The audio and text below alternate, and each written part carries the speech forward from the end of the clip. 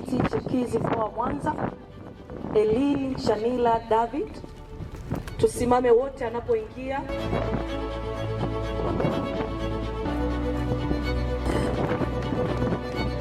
Msifu Yesu Kristo. Shikamoo wakubwa mliopo katika tukio hili. Habarini wadogo wenzangu.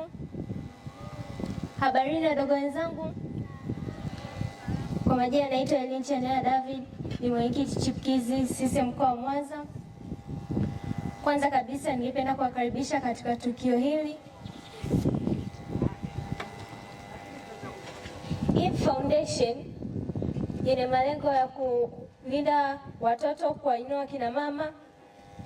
Kwa sasa itakuwa inafanya kazi sambamba na mimi, kwa sababu hii foundation ina malengo ya kuwalinda wakina mama na watoto. Kama mimi mwenyekiti chipukizi CCM mkoa wa Mwanza, tutafanya kazi sambamba na hii foundation ili kuendeleza uhai wa chipukizi. Ningependa kuchukua nafasi hii kwa kumshukuru Mwenyezi Mungu kwa uhai aliyotujalia mpaka kufika siku ya leo. Pia ningependa kuwakaribisha. Asanteni sana. Makofi. Unajua kuna kijana anakuangalia, anajiuliza ulipata wapi nguvu? Ilikuwaje? Sema tu kidogo tu. Inawezekana usipate nafasi hii au tusipate nafasi ya kukusikia, lakini sasa hivi tutapata nafasi hii ya kukusikia. Mimi kama mwenyekiti chipukizi CCM mkoa wa Mwanza, kwanza inabidi mtu kuwa na confidence.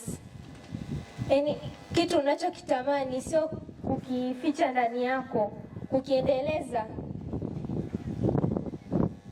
Vyeo vingi vya chipukizi vipo kwa ajili ya chipukizi, ila wengi wao huwa wajitokezi sababu ya uoga. Ningependa kusema kwamba kulikuwa na uoga inaficha ndoto yako ndani yako, hivyo inabidi kitu ambacho wewe unakitamani ukiendeleze, na ukipata chance kama hiyo uifanyie kazi.